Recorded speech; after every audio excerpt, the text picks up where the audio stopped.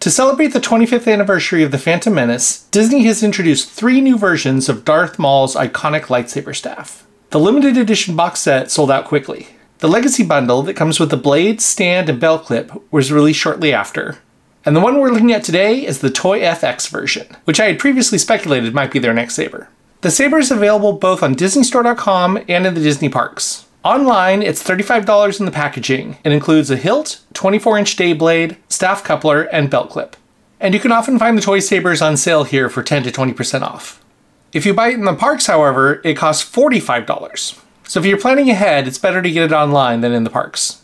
And if you buy it at Doc Ondor's or one of the kiosks at the entrance to Galaxy's Edge, it does not have the packaging, which means you don't get the coupler or belt clip either. So if you want to make a staff or wear it on your belt, you'll need to buy it in one of the shops that does include the packaging.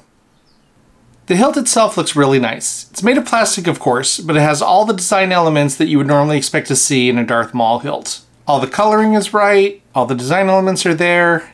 Even the pommel has a very detailed design. It's a little less favorable when you look at the back. This printing here is a sticker that you can remove, but it does have printing on the hilt itself, here, here, and here. The CoverTech wheel is there. I'll talk about that in a minute. And right here is the screw. If you unscrew that and remove this top container, you can replace the batteries inside. But otherwise, it's a pretty great representation.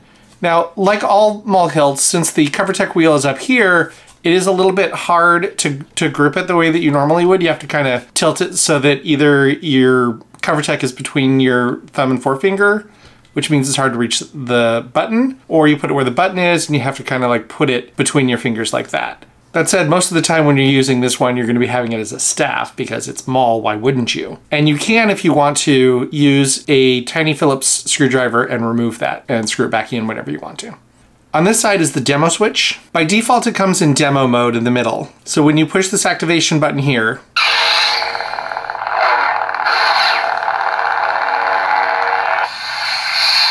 it'll do a quick demo of the features, the startup sound, the shutdown sound, and I don't know if you can hear the vibration noise that it made. When the blade is in and you smack it against something, it vibrates slightly. I'll show you that when the blade's in.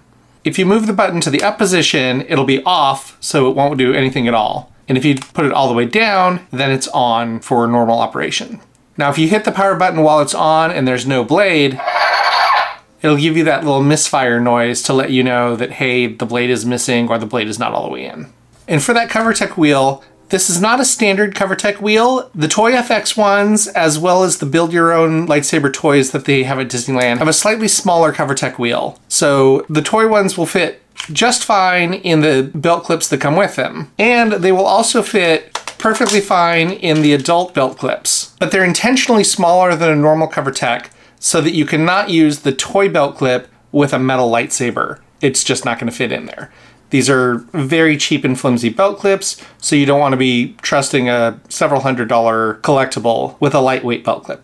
Speaking of the metal sabers, let's compare what this plastic one looks like compared to the metal one. As you can see, it's a little bit fatter and just a tiny bit shorter. All of the individual design elements are there. It's got the black in the middle, it's got the little radiator coming out, all of the same greeblies, the right coloring, even the same design on the pommel, though in different color. Now, obviously the metal one looks nicer overall and more accurate, but we're talking about a $35 toy versus $170 for just the hilt, or $250 as a bundle with the hilt, the blade, a display stand, and the belt clip. So the metal one is definitely nicer, but is it 5 to 7 times nicer? That's up for debate. If you want an accurate prop replica and you've got the money, the Legacy ones are great. If you're doing a Darth Maul cosplay and you want to carry the thing around on your belt all day, having something that's half the weight and a fraction of the cost in case it gets damaged or lost, that's a really good option. The blade uses the same adapter as the other Toy FX sabers, with the nubs on the side and the twist and lock mechanism. It's very similar to the Legacy saber blades, but obviously the connector is much shorter and the two are not cross-compatible. You just line up the nub, push it in, twist, and you're good to go. Just like the rest of the Toy FX sabers, they intentionally put a post inside the hilt that has a different shape that matches up to the shape in the blade connector. This is to prevent you from using one character's blade in another character's hilt. So for example, you can't have a blue blade in your Darth Vader saber or a red blade in your Rey saber. Personally, I think it's a bad idea to limit people's play options, but that's the way they've designed it. Up until now, every hilt has had its own unique shape for that post, except the 2022 line, where Ahsoka, the Chandrila Starliner, and Obi-Wan Kenobi all use the same shape. Well, the bad news is that they're continuing with this anti-usability trend. But the good news is that they're at least using the same shape as the Darth Vader saber. So we're trending towards one shape per blade style, rather than one shape per character. I still intend to Dremel out the post inside one of these at some point, to confirm that it would allow you to use any of the blades in that modified hilt. But I've been meaning to make that video for over a year now, and keep getting distracted. So let me know in the comments if that's something you actually want to see, and I'll move it up on my priority list. Of course, no Darth Maul saber would be complete if you couldn't make that iconic double-bladed staff. And this version does not disappoint. If you buy 2 of them, you can use the included coupler to combine them into a saber staff. On the base of the pommel, you press in on this gray button. You have to press it in the middle. The ridge on the outside kind of makes it a little bit hard to press in. Press that all the way in, and then you can twist out the pommel. Then you twist in the coupler where it came out, and you'll hear it click into place. Do the same with the second hilt. And where you heard that click, that's keeping it nice and lined up so all of the buttons are in one nice straight line. This is a really easy connector, and it essentially gives you a quick release. You know, mid-fight you can split them apart or quickly put them back together.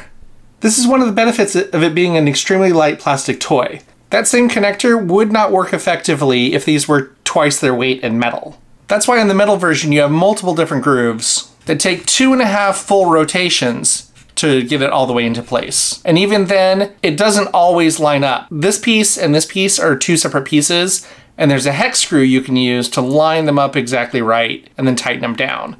Because with that much weight on it, it will slightly misalign itself, and the threads aren't always exactly aligned. So it's a more complex coupler because it's metal and it's heavy. But if you're going to be doing some stage choreography and you really want to be able to quickly separate them, that toy one gives you something that you're not likely to find affordably in a metal one. When they're fully assembled in staff mode, the plastic one is 21 inches, and the metal legacy one is 22 inches. The real difference comes when you add the blades. The Toy FX one comes with 24-inch day blades, for a total staff length of 5 feet 9 inches. By contrast, the legacy version is 6'2" with the shortest 26-inch blades, 7 feet with 31-inch blades, or a whopping 7 foot 10 inches with 36-inch blades. If you're looking for a saber for a Darth Maul cosplay, the shorter overall length and the hilt being less than half the weight makes this toy version a no-brainer.